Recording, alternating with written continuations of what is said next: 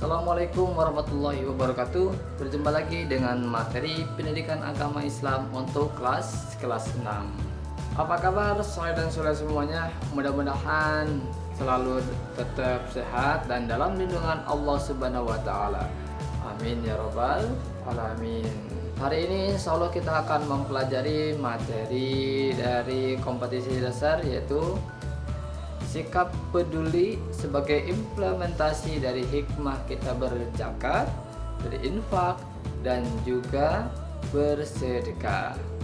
Dan judul materi hari ini adalah macam-macam zakat. Seperti biasa, kita sebelum mulai materinya kita baca doa terlebih dahulu. Bismillahirrahmanirrahim. Rabbi zidni ilman warzuqni fahman. Amin ya robbal alamin. Dan tujuan pembelajaran kali ini ialah yang pertama agar siswa mengetahui macam-macam zakat. Yang kedua yaitu para siswa mengetahui cara menghitung atau cara menghitung mengeluarkan zakat. Soleh dan soleha semua yang dirahmati oleh Allah Subhanahu wa taala. Apa sih artinya zakat? Zakat itu ada dua pengertian. Yang pertama yaitu zakat menurut bahasa. Menurut bahasa, kata zakat ini berasal dari bahasa Arab yaitu zakah. Artinya adalah suci, bersih, berkat, dan berkembang. Itu adalah pengertian zakat menurut bahasa.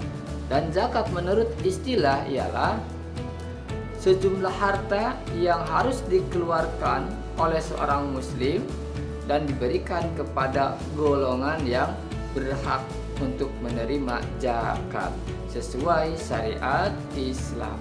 Itu pengertian zakat menurut istilah. Dan apa sih hukum daripada zakat? Nah, hukum daripada zakat adalah wajib sesuai firman Allah Subhanahu wa taala dalam surat Al-Baqarah ayat ke-43. A'udzubillahi minasyaitonirrajim. Bismillahirrahmanirrahim. Wa aqimus shalah wa atuz zakata warraka'u ma'arraqiin. Artinya ialah dan dirikanlah salat, tunaikan zakat, dan rukuklah bersama orang-orang yang ruku. Berarti perintah zakat berada di dalam Al-Quran. Nah, Al-Quran ini adalah perintah Allah. Berarti zakat ini adalah perintah dari Allah. Selain kita menunaikan sholat dan juga harus menunaikan zakat. Firman Allah Subhanahu wa taala yang kedua ada di surat At-Taubah ayat 103. Yang artinya ialah ambillah zakat dari sebagian harta mereka, dan zakat itu kamu membersihkan dan mensucikan mereka, dan berdoalah untuk mereka. Sesungguhnya doa kamu itu menjadi ketentraman jiwa lagi mereka, dan Allah Maha mendengar lagi Maha mengetahui. Quran surat At-Taubah ayat 103. Dan syarat wajib zakat itu ada 4 perkara. Yang pertama yaitu Muslim atau Islam. Yang kedua berakal. Yang ketiga harta itu milik sendiri secara sempurna atau seutuhnya adalah milik sendiri. Yang keempat adalah harta itu sudah mencapai nisabnya. Soleh dan soleha yang dirahmati Allah Subhanahu wa taala. Yang selanjutnya adalah macam-macam zakat. Itu diantaranya zakat fitrah, zakat mal, dan yang ketiga zakat penghasilan. Zakat mal ini juga dibagi beberapa macam lagi. Diantaranya ada zakat emas atau perak, zakat pertanian, zakat peternakan, zakat perniagaan atau dagang, zakat harta temuan, dan yang terakhir zakat profesi. Untuk yang pertama, zakat fitrah. Nah, zakat fitrah ini adalah zakat yang dikeluarkan ketika bulan suci Ramadan. Kapan mulainya untuk membayar zakat fitrah? Yaitu ketika mulainya tanggal 1 Ramadan.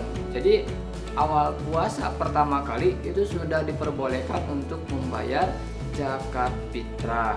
Tapi umumnya di Indonesia atau di wilayah kita, zakat fitrah ini dikeluarkan seminggu sebelum Idul Fitri atau sebelum berakhirnya Ramadan. Padahal yang paling afdal, yang paling bagus adalah ketika mulai Ramadan langsung kita keluarkan zakat fitrahnya. Karena apa? Karena kita nggak tahu umur kita itu nyampe nggak ke akhir Ramadan. Nah, seperti itu. Maka harus cepat, jangan diakhirkan, jangan nunggu 1 hari sebelum Idul Fitri baru bayar zakat fitrah. Itu pun diperbolehkan, bukannya tidak boleh. Tapi di antara yang bagus ada yang lebih bagus, gitu ya. Langit, di atasnya ada langit. Nah, kalau misalkan bagus ada yang lebih bagus lagi, kenapa kita nggak pilih yang lebih bagus lagi? Mana yang lebih bagus? Di awal Ramadan. Zakat fitrah, berapa sih besarannya yang harus kita keluarkan? Nah, zakat fitrah ini adalah zakat yang berhubungan dengan pangan atau makan kita. Kalau di Indonesia itu dengan beras, ada juga di daerah-daerah lain menggunakan gandum, sagu, jagung, tergantung kesehariannya dia makannya pangannya apa, gitu ya. Kalau misalkan dia beras, berarti kita mengeluarkannya dengan beras, pangan yang kita makan. Berapa sih besarannya? Kalau beras itu seberat 2,5 kilogram. Nah, kalau misalkan hitungannya kilo. Tapi kalau hitungannya liter itu adalah 3,5 liter. Itu 3,5 liter itu sudah dibulatkan, itu udah ada lebihnya.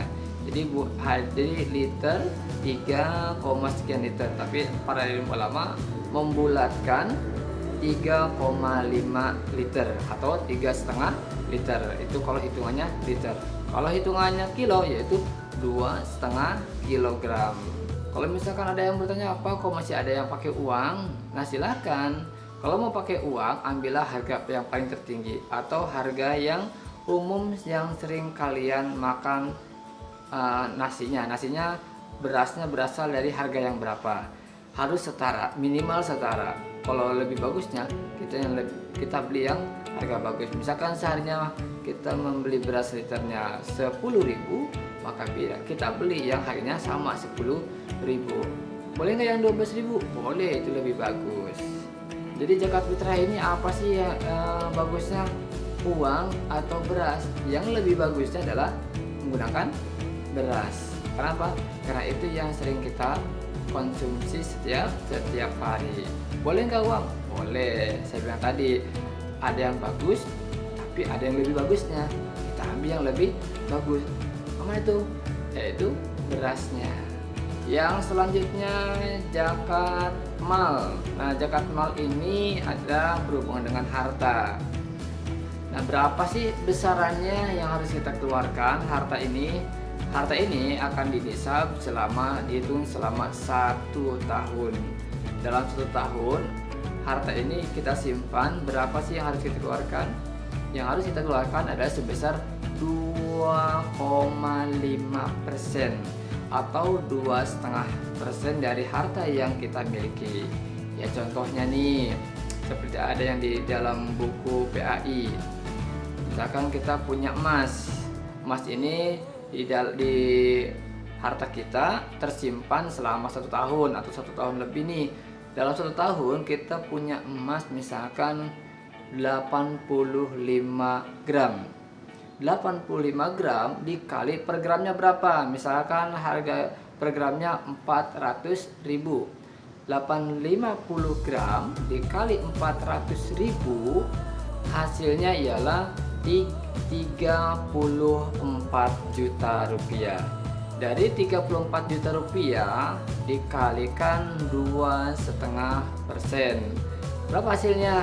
Dari harta 34 juta kita kurangi atau kita kalikan 2,5% itu, maka zakat yang harus kita keluarkan adalah 850.000 rupiah. itu adalah zakat yang harus kita keluarkan, uang yang harus kita keluarkan untuk membayar zakat mal, yaitu bentuknya emas, tidak sampai 1 juta. Nah, berarti insya Allah harta kita akan suci bersih. Kenapa sih harus dikeluarkan? Karena dari harta yang kita miliki ada bagian-bagian tertentu itu adalah hak orang lain. Nah, hak orang lain kita keluarkan melalui zakat. Kalau kita keluarkan zakatnya, maka kita sudah memberikan hak orang lain itu kepada yang berhak menerimanya.